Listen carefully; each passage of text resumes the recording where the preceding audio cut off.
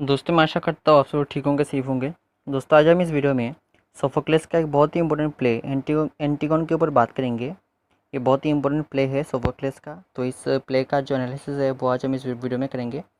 तो चलिए दोस्तों वीडियो को स्टार्ट करते हैं। वीडियो को स्टार्ट करने से पहले दोस्तों प्लीज़ सब्सक्राइब कीजिए, उसका बेल आइकन प्रेस कर और क्वेश्चन क्लिक कीजिए। Thank you so much. दोस्तों वीडियो को स्टार्ट करते हैं, लेट्स बिगिन।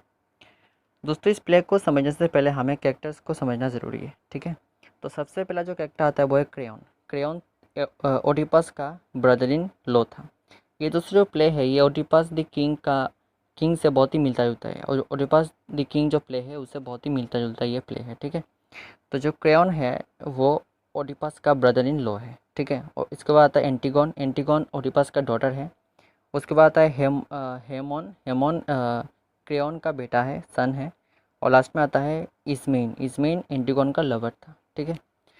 तो चलिए दोस्तों प्ले को देखते हैं।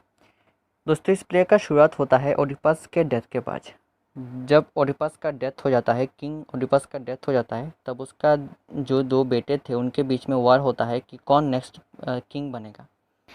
तो किंग बनने का जो ख्वाब था उसको लेकर दोनों बेटों के ओडिपस के दोनों बेटों के बीच में एक वार होता है, जिसमें एक अनफॉर्चुनेट इवेंट होता है कि दोनों बेटे मर जाते हैं। अब दोनों बेटे मरने के बाद नेक्स्ट किंग कौन बनेगा, तब ओडिपस का जो ब्रदर इन लॉ है क्रेयॉन, उसको नेक्स्ट किंग बना दिया जाता है थीब्स का, ठीक है। थीब्स का नेक्स्ट किंग बनता है क्रेयॉन।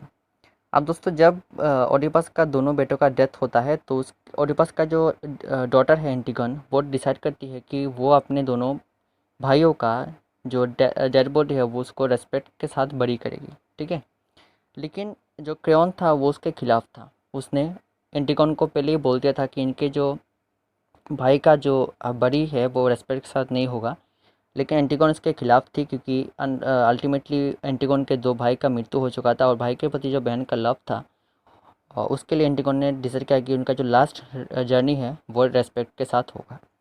तो वो डिसाइड करती है कि अपने भाइयों को वो रेस्पेक्ट के साथ बरी करेगी। लेकिन ये जो न्यूज़ है ये क्रेयॉन को पता चल जाता है और क्रेयॉन बहुत ही गुस्से में हो जाता है। क्रेयॉन गुस्से में होने के बाद एंटिगोन से बात करती है ये ना करने के लिए, बट एंटिगोन अल्टीमेटली ये काम कर देती है। वो रिस्पेक्ट के साथ अपने दोनों भाइयों को बरी कर देती है, ठीक है। उसके बाद जो क्रेयॉन है वो एंटिगोन का जो लवर है इसमेन, उसको बुलाता है, और इसमेन भी आने के बाद एंटिगोन की साइड लेता है। वो बोलता है कि इस काम में वो एंटिगोन का साथ था, क्योंकि उसके अंदर एंटिगोन के प्रति एक प्यार था। तो उसको लगा था कि पनिशमेंट मिलेगा तो हम दोनों को एक साथ मिलेगा, ठीक है। तो उसके बाद तो क्या होता है कि जो एंटिगोन थी उसको डेथ पनिशमेंट मिलता है क्रेयॉन से। क्रेयॉन ये डिसाइड करता है कि उसको ज़िंदा गाड़ दिया जाएगा एज ए पनिशमेंट, क्योंकि उसने क्रेयॉन का ऑर्डर को ठुकराया था, ठीक है। उसके बाद तो जो हेमन है जो क्रेयॉन का बेटा है वो आता है और एंटिगोन को बचाने की कोशिश करता है। लेकिन जो क्रेयॉन है वो अपने बेटे के बात सुनता नहीं है, क्योंकि उसने पहले ठीक कर दिया था कि वो एंटिगोन को ज़िंदा गाड़ देगा। तो क्रेयॉन के साथ उसका बेटा हेमन का बहुत ही आर्गू होता है। लास्ट में जाकर जो हेमन है वो क्रेयॉन का पैलेस को छोड़कर चला जाता है, ठीक है।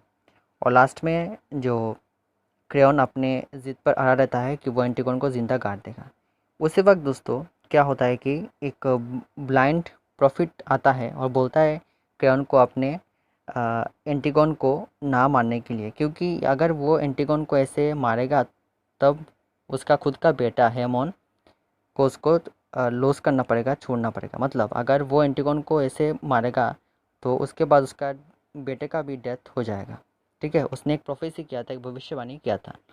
लेकिन क्रेयॉन यह सब कुछ नहीं मानता। तो लास्ट में एक न्यूज़ आता है कि एंटिगोन और हेमोन दोनों ने सुसाइड कर लिया है और दोनों मर चुके हैं। और इसके बाद जो क्रेयॉन है वो बहुत ही दुख में चला जाता है, बहुत ही सैड हो जाता है, और इन दोनों का मृत्यु के लिए वो अपने आप को ब्लेम करता है। उसको लगता है कि उसने जो डिसीजन लिया था उससे प्रेशर में आकर दोनों ने सुसाइड कर लिया था, तो इसके लिए वो अपने आप को ब्लेम करता है।